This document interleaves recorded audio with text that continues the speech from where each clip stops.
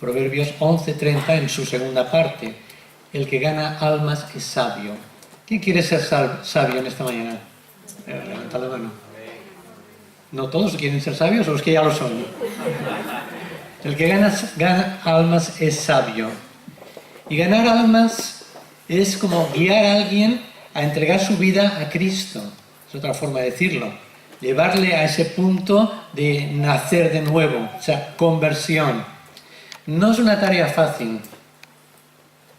Como diría Bob Gass, se necesita mucho más que llevar una pegatina de un pececito en el coche o un pin aquí en el suéter, en una chaqueta, un pin que ponga Jesús, o llevar una Biblia muy grande debajo del brazo. Se necesita algo mucho más que eso para ganar almas.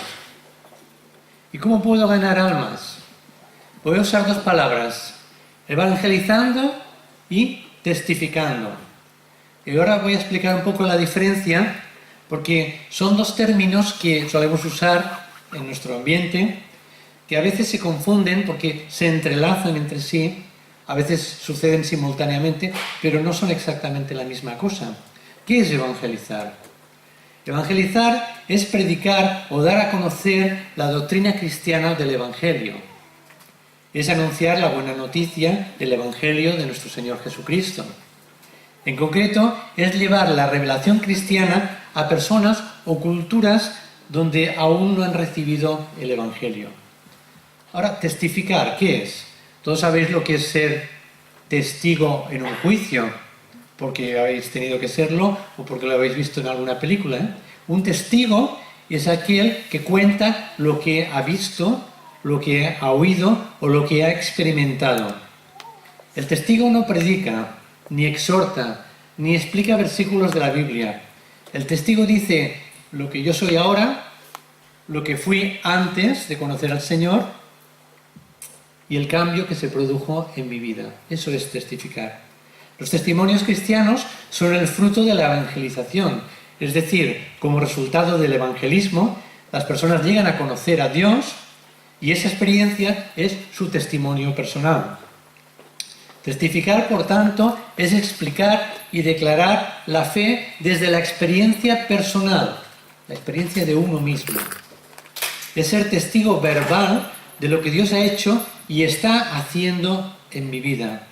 Todo ello avalado por el testimonio de una vida transformada, una vida que ha sido cambiada. Vamos a ver ahora en unos textos, unos pasajes en Hechos 17, vamos a buscarlo. Vamos a ver en el ejemplo de la vida de Pablo cómo él tiene una serie de principios que él usa en su evangelismo y vamos a ver algunos de ellos que nos pueden ser útiles. Atentos al equipo de evangelismo, Rubén y demás. ¿Bien? Vamos a leer en Hechos capítulo 17. Lo vamos a dividir en algunos trozos. Primeramente leeremos los 4 primeros versículos. Dice: pasando por Anfípolis y Apolonia, llegaron a Tesalónica, donde había una sinagoga de los judíos. Y Pablo, como acostumbraba, fue a ellos y por 3 días de reposo discutió con ellos, declarando y exponiendo por medio de las Escrituras que era necesario que el Cristo padeciese y resucitase de los muertos y que Jesús, a quien Dios anuncia, decía, Él es el Cristo. Jesús, a quien Dios anunció, Él es el Cristo. Bueno, Pablo era una persona que tenía una metodología, tenía método, tenía un sistema de anunciar el Evangelio. Y el primero de ellos es que cuando él viajaba sabía a dónde iba, él ya lo tenía planificado. Y pasa por 2 ciudades, Anfípolis, Apolonia, que eran colonias romanas. Y llega ¿a dónde? A Tesalónica. Tesalónica no era cualquier ciudad, era la capital de la provincia de Macedonia, hoy Grecia, la parte del norte de Grecia. Y era un sitio estratégico. Para llegar por ahí tenían que pasar por la Vía Ignacia, que era una carretera militar que habían construido el ejército romano, y también era una vía comercial. Era un sitio estratégico.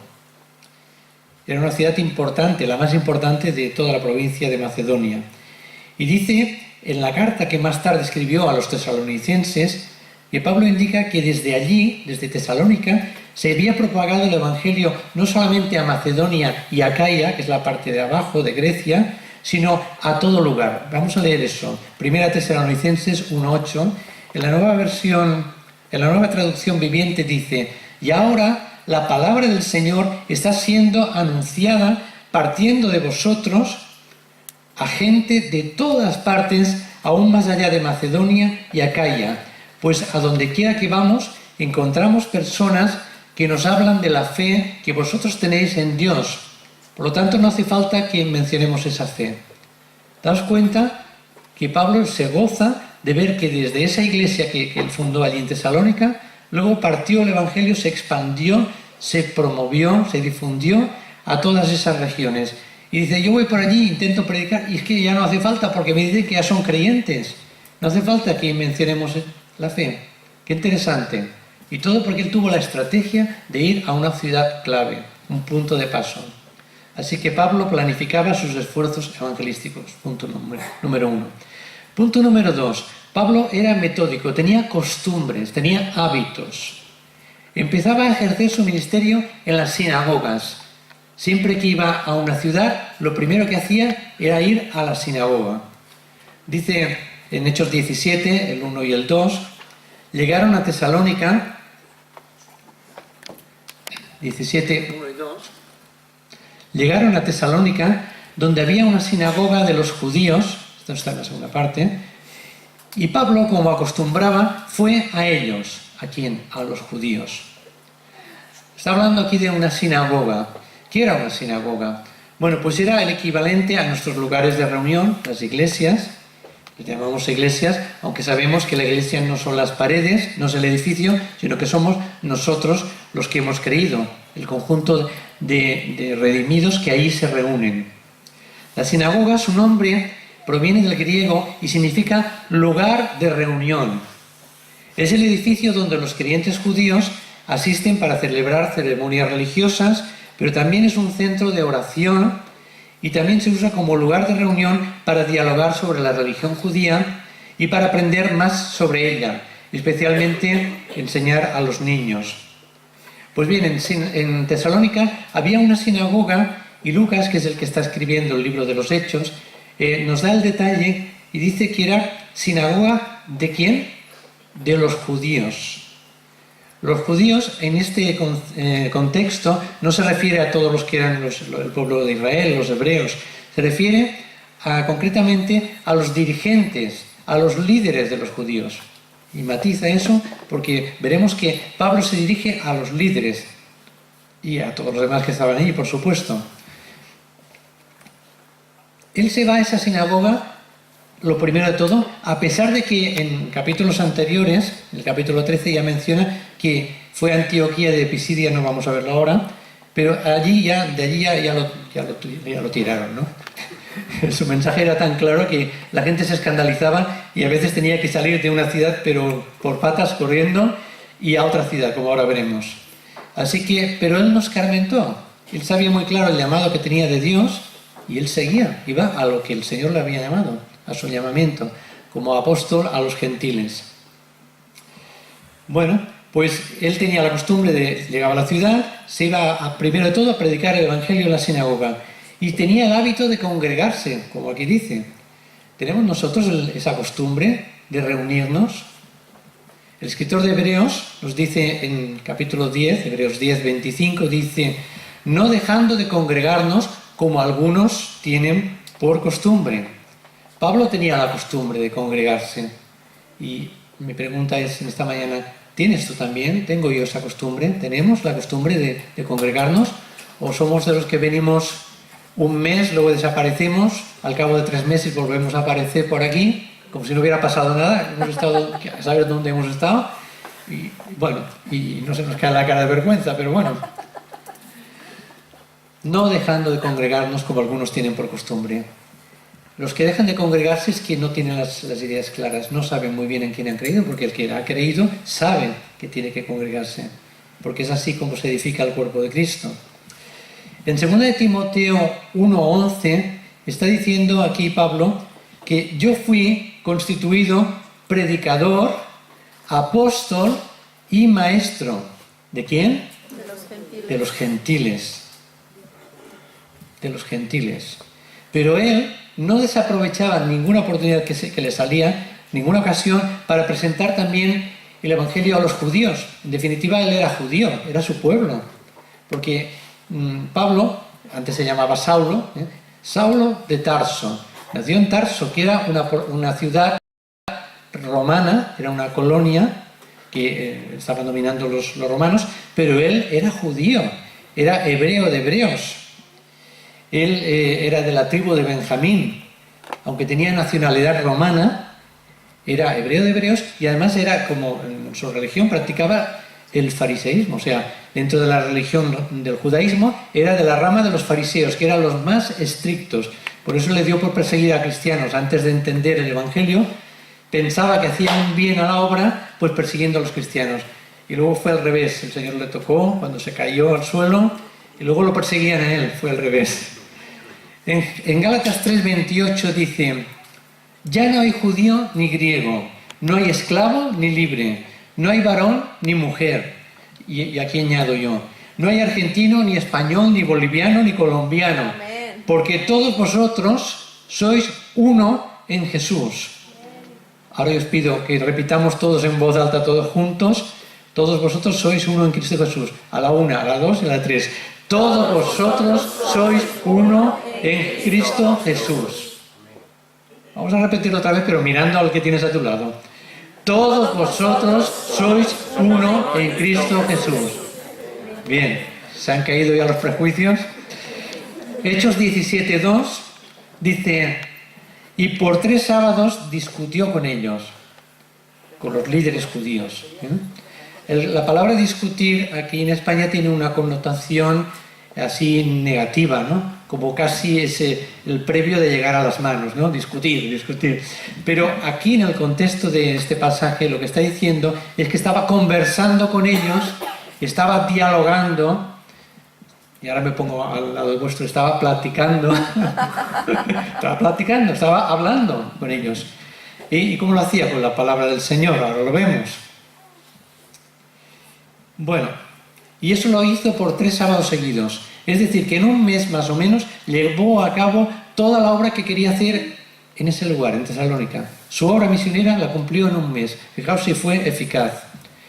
Y dice que en sábados, pues se reunían los sábados, y explico que el sábado, el Shabbat judío, era su día de reposo. Y era cuando se reunían los judíos, y aún sigue siendo así, y abarca más de 25 horas, que empieza el viernes por la tarde, desde la puesta del sol, hasta el sábado cuando ya anochece. Y es un tiempo de 25 horas de paz, de tranquilidad, de santidad, que son usados en sus rituales y observancias religiosas, observancias del Shabbat. Bueno, pues durante esas 3 semanas, Pablo, aparte de discutir con ellos, entre comillas, se dedicaba a fabricar tiendas de campaña y así se ganaba la vida y no era gravoso para la iglesia, ¿no? Para los creyentes. El punto número 3 es que Pablo predicaba a Cristo. Ese era su mensaje. Hechos 17:3 dice: declarando y exponiendo por medio de las Escrituras que era necesario que el Cristo padeciera y resucitara de los muertos. Y decía: Jesús, a quien yo os anuncio, Él es el Cristo. Jesús, a quien yo os anuncio, es el Cristo, o sea, el Mesías. Cristo es la palabra griega de Mesías, que es la palabra hebrea, y está diciendo: vosotros estáis esperando a ese Mesías, pues a ese es al que yo os anuncio. Pablo usa la palabra de Dios para evangelizar. Se basa en la palabra de Dios. ¿Lo hacemos nosotros? ¿O argumentamos toda clase de razonamientos humanos sin esgrimir la espada del Espíritu, que es la palabra de Dios, según dice en Efesios 6:17? La palabra de Dios es la espada del Espíritu. Pablo comienza a declarar, a hablar, a decir y a exponer, que es mostrar y enseñar, por medio de las Escrituras, a Jesús, a quien yo os anuncio. Pablo anuncia a Cristo, no está anunciando a la iglesia primitiva, no está anunciando a los apóstoles, no está anunciando una nueva religión mejor que el judaísmo. No se anuncia a sí mismo, sino que anuncia a Jesús. Y anuncia su muerte y su resurrección. Alguien ha dicho que se habla mucho de la muerte de Jesús, pero nos olvidamos de anunciar más la resurrección, que es la piedra fundamental del cristianismo. Si no hubiera resucitado, en vano estaríamos creyendo, ¿no? Estaríamos perdiendo el tiempo. Ahora voy a contaros una anécdota en cuanto a eso de anunciar el mensaje de Jesús. Había una iglesia que tenía en la pared, ahí en el frontal, un rótulo que ponía: predicamos a Cristo resucitado. Y a alguien se le ocurrió, algún mayordomo, un pascual cualquiera, poner ahí una planta de hiedra ahí junto a la pared. Y la planta empezó a crecer. La iba regando, la planta empezó a crecer. Y la hiedra va trepando por la pared y llegó un momento en que tapó la palabra. Recordaros que decía: predicamos a Cristo resucitado. Y la planta empezó a tapar la palabra resucitado. Y ponía: predicamos a Cristo, nada más. Ya no era resucitado. Siguió creciendo la planta, fue creciendo por la pared, y tapó a Cristo. Y entonces ponía ya: predicamos, solamente predicamos. ¿Y qué predicamos? Pues podemos hablar de cualquier cosa menos de Cristo, y de Cristo resucitado. Así que debemos cuestionarnos continuamente qué es lo que predicamos. ¿La religión evangélica? ¿Nuestra denominación? Si somos pentecostales, bautistas, metodistas, adventistas o lo que seamos. ¿Nos predicamos a nosotros mismos? ¿O estamos predicando todo el consejo de Dios, como dice en Hechos 20:27? Todo el consejo de Dios. Porque no he rehuido anunciaros todo el consejo de Dios, no parte. Todo el consejo de Dios. Así que Pablo esgrime su argumento en dos pasos. El primero: de acuerdo a las Escrituras, el Mesías o el Cristo tenía que padecer y resucitar, o sea, sufrir y ser levantado de los muertos. Y punto número 2, Jesús de Nazaret era de hecho ese Cristo que estaban esperando, el Mesías que no supieron ver, porque sabéis que los judíos no lo recibieron. Dice en Juan que a los suyos vino y a los suyos, mas los suyos no le recibieron. El pueblo judío tiene como una venda así delante de los ojos, que aún están esperando que venga el Mesías. Ya vino hace 2000 años, pero aún están esperándolo y no se han dado cuenta. Y eso que conocen las Escrituras, conocen todo el Antiguo Testamento, donde se dice claramente, y todas las profecías del Antiguo Testamento sobre él se han ido cumpliendo, se cumplieron en Jesús de Nazaret. Así que Jesús de Nazaret era de hecho el Cristo. En este punto, cuando estaba hablando de esto, quizás le recordó Isaías 53, vamos a leerlo, el gran capítulo que habla del Cristo, del siervo sufriente. Isaías 53, versículos 10 y 11, dice así: con todo, Jehová, Dios, quiso quebrantarlo, sujetándolo a padecimiento. Cuando haya puesto su vida en expiación por el pecado, verá el linaje y vivirá por largos días. Y la voluntad de Jehová será en su mano prosperada. El versículo 11 dice: verá el fruto de la aflicción de su alma y quedará satisfecho. Por su conocimiento justificará mi siervo justo a muchos y llevará las iniquidades de ellos. Tremendo. En el Antiguo Testamento, ahí lo tienen claro los judíos y no supieron verlo. Aquí, en este pasaje que hemos leído, en estos dos versículos, está hablando de la resurrección. Está implícito, porque dice que cuando haya puesto su vida en expiación por el pecado, el versículo 10, cuando haya muerto por nuestros pecados, dice, verá linaje, o sea, verá descendencia. Para verlo uno tiene que estar vivo. Él resucitó. Y dice, y vivirá por largos días. Amén. eternamente y para siempre. De hecho está ahí a la diestra del Padre, a su derecha, por toda la eternidad. Que estaba ahí allí desde la eternidad y vino aquí para salvarnos. Y ahora está allí intercediendo por todos los santos, los creyentes. Y dice, verá el fruto de la aflicción de su alma, el fruto de ese sacrificio, de ese sufrimiento clavado en la cruz, verá el resultado, verá el producto de ese sufrimiento. Y dice que quedará satisfecho. Nosotros, los que estamos aquí ahora sentados, y todos los que están reunidos alrededor de todo el mundo en este momento proclamando al Señor, somos el fruto de ese sacrificio. Y dice que Él está satisfecho. Además dice, por su conocimiento, o sea, por el hecho de conocer a Cristo como Señor y Salvador de nuestras vidas, justificará mi siervo, o sea, el Señor justificará mi siervo justo a muchos. Da a entender de que no todos van a ser salvos, porque no todos van a creer. Justificará a muchos y llevará las iniquidades de ellos. Tremendo este pasaje, ¿verdad? Bien. Así que Pablo estaba predicando a través de las Escrituras, discutiendo, rebatiendo con ellos. Y ahora nosotros deberíamos de preguntarnos, ¿qué relación tenemos tú y yo con la muerte y la resurrección del Señor Jesucristo? ¿Tiene algún significado para mí el hecho de que Cristo murió y resucitó? ¿Lo tiene o no lo tiene?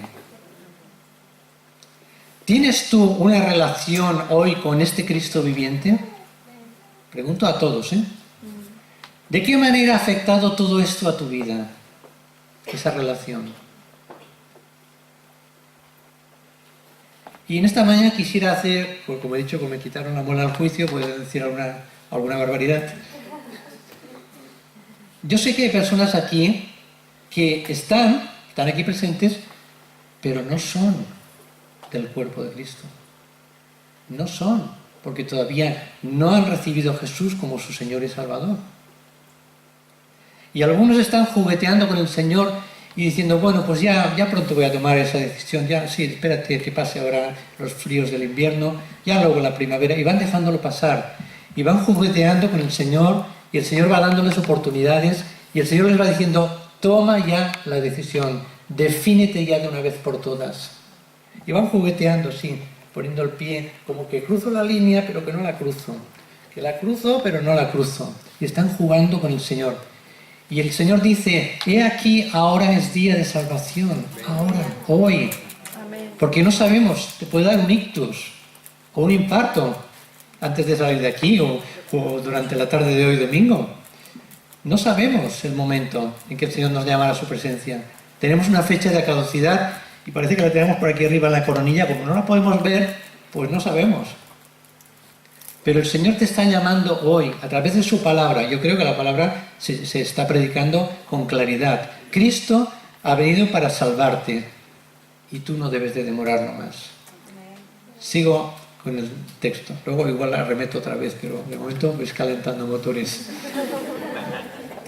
¿Cuál fue el resultado de su obra predicadora, misionera? Hechos 17:4. Dice que algunos creyeron, algunos de ellos. Y cuando dice ellos se refiere a los judíos, al liderazgo. A aquellos que se pensaban que lo sabían todo, porque eran ya muy religiosos, fariseos, escribas, etcétera, sacerdotes, etcétera. Dice que algunos de ellos creyeron. Y dice que se juntaron con Pablo y con Silas y también un gran número de griegos piadosos. ¿Lo veis? Aquí están mezclados. Hay judíos, hay griegos, porque aquello era Grecia, Tesalónica es Grecia. Era una cultura greco-romana. Estaban los romanos dominando toda esa región, pero estaban en Grecia. Y dice un gran número de griegos piadosos y mujeres nobles, no pocas. Las mujeres nobles pues podían ser las personas como pues la Cospedal, la Rita Barberá y todas. Lo de nobles hay que entenderlo, ¿eh? Nobles por el cargo, por los sitios elevados que ocupan, no por el corazón como este de ellos, ¿no? Pero mujeres prominentes, mujeres destacadas de la sociedad, de la aristocracia, ¿no? Algunos creyeron. Esto siempre sucede cuando se predica la palabra de Dios, cuando se proclama. Algunos creen. Esto implica que otros no creen.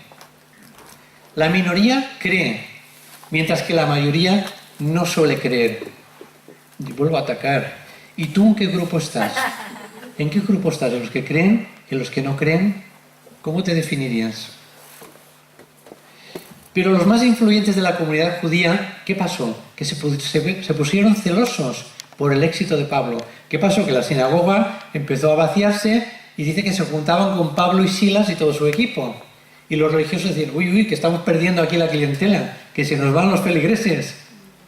Siempre hay algún motivo de celos, de envidia. Cuando se está proclamando la obra de Dios, el Evangelio, siempre el enemigo mete cizaña para estropear la cosa. La proclamación del Evangelio divide a los oyentes en dos grupos, los que creen y los que no creen. Los primeros gozan de la salvación, de su salvación, por haber recibido el perdón de sus pecados y la vida eterna. Los otros, conscientes de su desobediencia al Evangelio, buscan desprestigiar al mensajero, buscando argumentos donde agarrarse para justificar su decisión de rechazar el Evangelio. Por eso me gustaría leer en este momento el último versículo que habíamos puesto, que es 2 Corintios 10:5. Dice, 2 Corintios 10:5, derribando argumentos, me espero que lo ponga, ¿lo tienes? Derribando argumentos y toda altivez que se levanta contra el conocimiento de Dios y llevando cautivo todo pensamiento a la obediencia a Cristo. Aquí hay dos cosas. Hay que derribar los argumentos y la altivez. Cuando estamos anunciando el Evangelio para conocer a Dios, siempre hay algunos que tienen argumentos y dicen, sí, es que yo he leído en tal libro esto, yo he leído en tal libro lo otro. Con la palabra de Dios derribamos argumentos y altivez, orgullo, soberbia, que se levanta contra ese conocimiento de Cristo, de Dios. Dios quiere que tú le conozcas y que no postergues más tu decisión.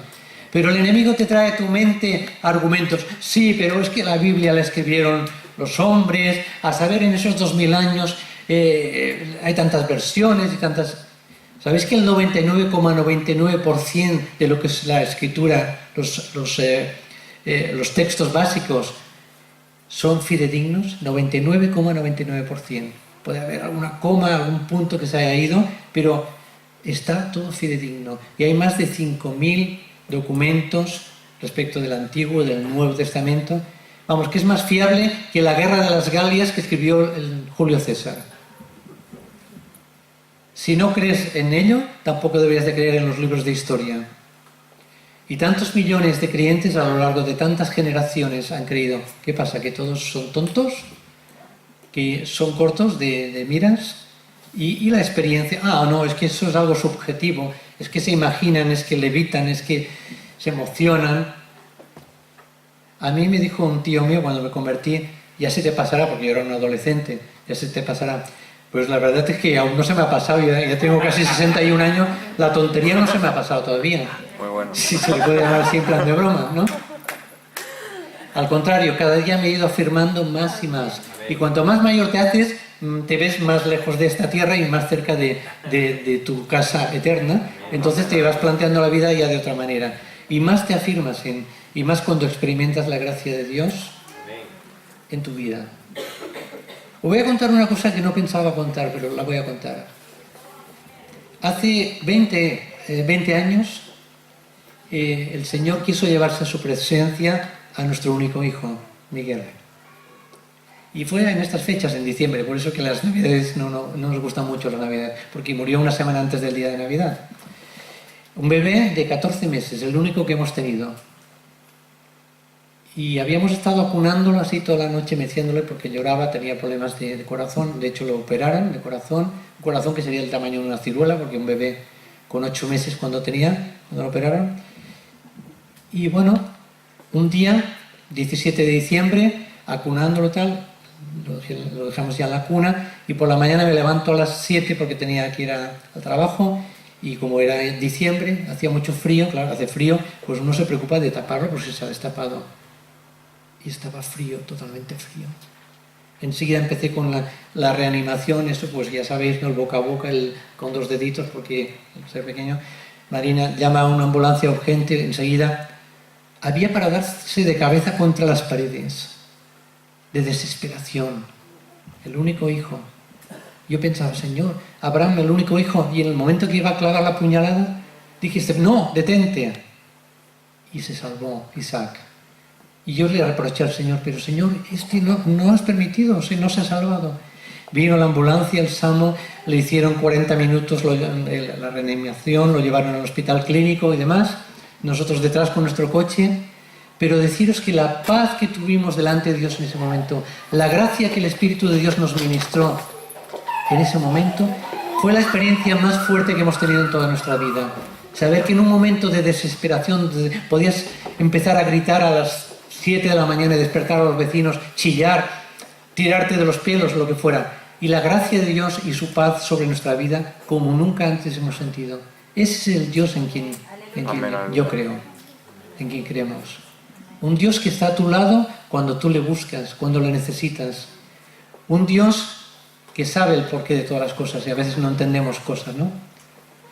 Y bueno, podría contar más historias referente a todo eso, pero no es el caso ahora. Volviendo a Pablo. Ya me he perdido. Bueno, ¿qué pasó? Que cuando armaron un alboroto, la gente que estaba celosa, buscaron gente ociosa, armaron un alboroto allí y tuvieron que salir corriendo de allí, porque les iba la vida. Y entonces se tuvo que desplazar a otra ciudad que era Berea. En Berea dice que volvió a seguir el mismo patrón. ¿Qué hizo? No escarmentó. Volvió a predicar el Evangelio, se fue a la sinagoga, lo mismo que siempre.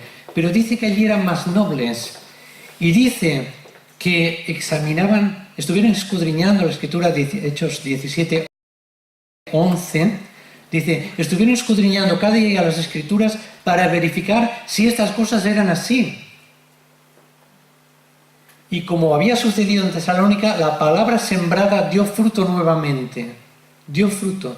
Dice en Hechos 17, 12, creyeron muchos de ellos. Y aquí se refiere otra vez a los líderes, a los judíos, a los líderes. En Tesalónica dice que algunos habían creído. En Berea, que eran más nobles, dice que ahí creyeron muchos. Aparte, también muchas mujeres griegas y no pocos hombres. No pocos, es decir, muchos hombres creyeron también. Ahí vemos el fruto del Evangelio. La palabra de Dios, siempre que sembrada, produce fruto.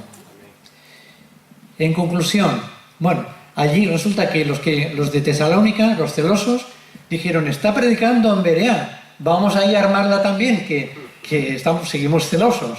Total, que se fueron a Berea, la armaron un lío otra vez y tuvo que salir por patas otra vez y se fue a Atenas.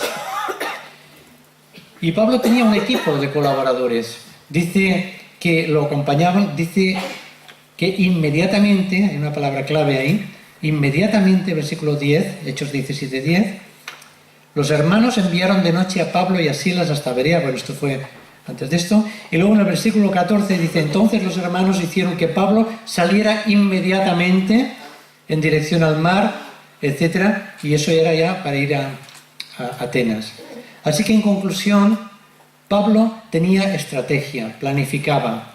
Pablo tenía métodos y costumbres. Pablo predicaba a Cristo Jesús. Tenía perseverancia y constancia. No se desanimaba porque lo persiguieran. Se iba a otra ciudad, a otro pueblo, a otra aldea y seguía predicando el Evangelio.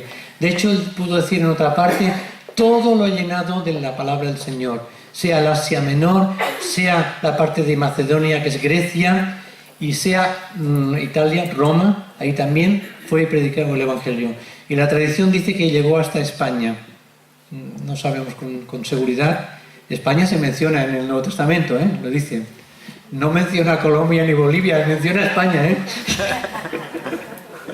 Bueno, eso es una broma, pero es así, podéis buscarlo en vuestra concordancia. Lo dice por 2 veces. Pablo tenía un equipo de colaboradores, no era un llanero solitario, trabajaba en equipo. Claro que a veces tenemos que testificar, tenemos que evangelizar a solas, porque en los trabajos, el compañero de trabajo, vecinos, pero trabajaba en equipo. Por eso me encanta ver que hay un equipo de evangelismo aquí en esta iglesia. Ese equipo lo encaminaba y era quien les llevaban el abrigo o el capote, que dice en alguna parte, dice, tráeme, Timoteo, tráeme el capote o el abrigo que me lo he dejado en algún sitio, tráeme también los pergaminos, me he dejado ahí los rollos de... porque entonces no era así como tenemos ahora los libros, era enrollable, tráemelos. Tenía un equipo. Y tenía un equipo que tenía capacidad de reacción, como he leído antes, por 2 veces menciona la palabra inmediatamente. Entonces no existía el Pablo Móvil para protegerle de las pedradas, pero tenía un equipo que enseguida lo recogieron y se lo llevaron, como pasa hoy con los políticos que van con sus guardaespaldas, se lo llevaron. Y Pablo estaba muy centrado en el mensaje y no veía tanto el peligro, ¿no? O no quería verlo. Así que para testificar es suficiente contar nuestra experiencia con Dios. Para evangelizar necesitamos primeramente conocer la palabra y proclamarla. Si no la conocemos, no podemos proclamarla. Es importante esto. La palabra de Dios alcanza a todos, judíos, gentiles, ricos, pobres, nobles, personas sencillas, autoridades, porque Dios no hace distinción de personas. Él ama por igual a todos. La palabra de Dios hace efecto en Tesalónica, en Berea, en Valencia, en España y donde quiera que se proclame el Evangelio. Amén. Porque el Evangelio, como dice Romanos 1:16, es poder de Dios para salvación a todo aquel que en él cree. Y fijaos que dice al judío primeramente, porque él era judío, y después al griego. ¿Te das cuenta? Él tenía muy en mente, el Señor me ha enviado a los gentiles, pero no dejo de ser judío. Tenía muy claro eso, y por eso aprovechaba para predicar a unos y a otros. Romanos 10:17 dice, así que la fe es por el oír, y el oír por la palabra de Dios. Tú que estás oyendo en esta mañana la palabra de Dios, porque te estoy predicando la palabra de Dios, en la Nueva Traducción Viviente dice, así que la fe viene por el oír, es decir, por oír las buenas nuevas acerca de Cristo. Y tú que has oído las buenas nuevas esta mañana, quiero atreverme a lanzar un llamamiento a aquellos que están en la línea, a punto de cruzar, pero que aún no la han cruzado. Yo os quiero decir que cuando yo tenía 17 años, el pastor hizo un llamamiento y yo sentía como que tenía la octite en el culo, o sea, pegamento. No podía levantarme, estaba diciendo que no solamente levanten la mano, sino pónganse en pie el que quiera recibir a Cristo. Y yo estaba sentado en mi banco y quería levantarme y no podía.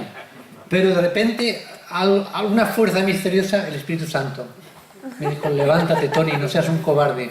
Levántate y recíbeme como mi Señor y Salvador.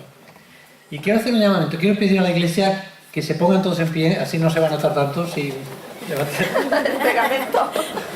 Poneos en pie, por favor, la iglesia orando. Y quiero hacer un llamamiento, si hay alguno entre los aquí presentes que en este momento dice, mira, es que me acaba ya la tontería, no quiero juguetear más con Dios. Creo con Él aquí, ya estoy creyendo con Él aquí, pero ahora Él me pide que crea aquí, un palmo de distancia, del cerebro a tu corazón. El Señor te está pidiendo, dame, hijo mío, tu corazón. Fíjate que Él ya te está diciendo, ya te está viendo como hijo suyo, además de criatura. Así que el Señor te está pidiendo, dale tu corazón hoy. ¿Estás dispuesto a darle tu corazón al Señor en esta mañana? Yo voy a pedir, si alguno de los que están aquí presentes, sea hombre, mujer, chico, joven, niño, los niños también pueden recibir a Cristo, ¿sabéis? Cuando entienden el mensaje. Que levantes tu mano y en el momento de levantar la mano le estás diciendo, Señor, te abro mi corazón, te abro mi vida, te entrego mi vida completamente a ti. ¿Alguno va a levantar su mano en esta mañana, recibiendo al Señor como Señor y Salvador? ¿Quieres que Él dirija tu vida, que Él sea el conductor de tu vida? Veo una mano alzada por allí. Gloria al Señor, Dios te bendiga. 2 manos, Dios te bendiga. ¿Alguno más quiere recibir al Señor? Por favor, pasad aquí al frente. Los que habéis levantado la mano, no suelo hacer estas cosas porque yo no soy un evangelista, soy un evangélico, pero no soy evangelista, Dios mío.